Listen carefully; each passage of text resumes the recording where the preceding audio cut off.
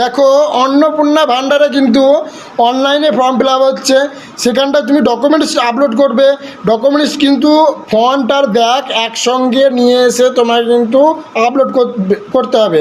তো documents upload করার আগে তোমাকে সেই ডকুমেন্টসটা তুমি কিভাবে এক জায়গায় ফ্রন্ট আর ব্যাক করে নেবে সেই বিষয় নিয়ে আজকে আলোচনা করব। চলো দেখিয়ে দিই তোমাদেরকে কিভাবে তুমি করবে। তোমার প্লে স্টোর থেকে এই অ্যাপসটি ডাউনলোড করে নেবে। যেহেতু আমার ডাউনলোড করা আছে তাই ডাউনলোড আর করলাম। প্লাস আইকনে টাচ করে এখন ইম্পোর্ট ফ্রম গ্যালারি দেখতে হবে, ওখানে তুমি চলে যাবে। গিয়ে তোমার গ্যালারিতে চলে যাবে। সোজা গিয়ে তুমি যে ডকুমেন্টসটা করবে ফ্রন্ট আর ব্যাক সেটা সিলেক্ট করে নেবে। দেখো, এটা সিলেক্ট করে নিলে, সিলেক্ট করে নেওয়ার পরে তুমি ইম্পোর্ট ওয়ানে করে দিলে।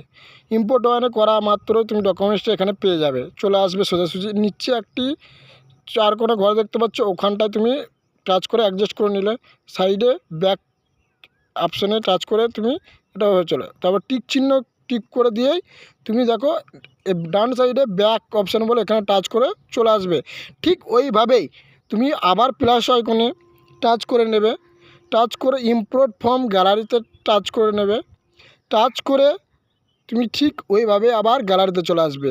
আবার যে ডকুমেন্টসটা ব্যাক সাইডটা তুমি নেবে, তো ব্যাক সাইডটা নিয়ে তুমি এইভাবেই অ্যাডজাস্ট করে নিতে হবে। আবার নিচে দেখো চার কোণা ইয়েটা আছে, ওটাতে তুমি অ্যাডজাস্ট অটোমেটিক নিয়ে নেবে।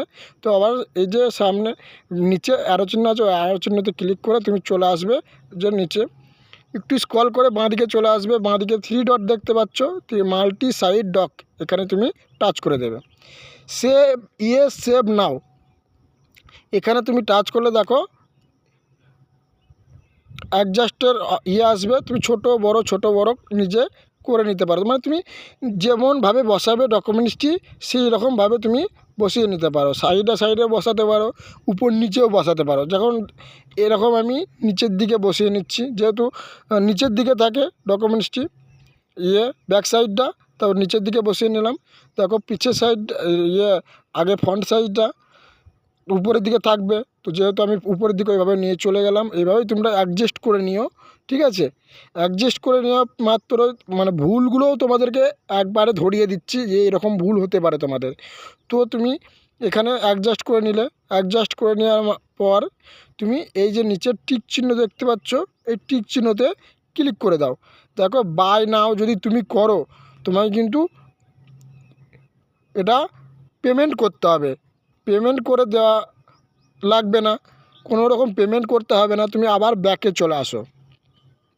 ব্যাকে এসে ফের টিক চিহ্নতে করো, তুমি দেখো সেভ হয়ে যাবে। এটা সেভ হয়ে যাওয়া মাত্রই তুমি একটু বাঁদিকে চলে আসো, সেভ অপশান দেখতে পাচ্ছ, সেভ অপশানে টাচ করো। দিয়ে সেভ অনলি দিস ফাইল, এটাতে তুমি ক্লিক করো। ক্লিক করে দেখো তুমি উপরে দেখো পিডিএফ বা আইমেজ, ফটো আকার বা পিডিএফ আকারে তুমি নিতে পারো ডকুমেন্টসটি। তুমি আমি আইমেজ আকারও নিয়ে নিলাম।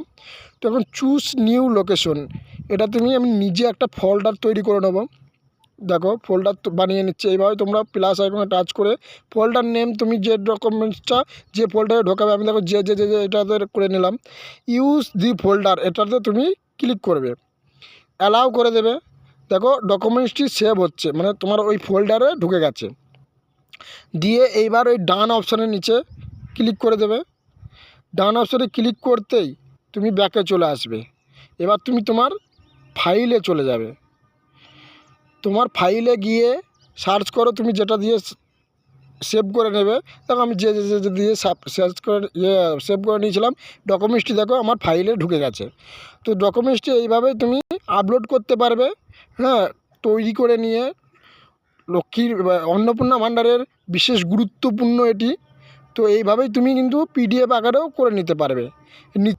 ভিডিওটি যদি গুরুত্বপূর্ণ মনে হয় অবশ্যই একটি ফলো ও শেয়ার করে দিন।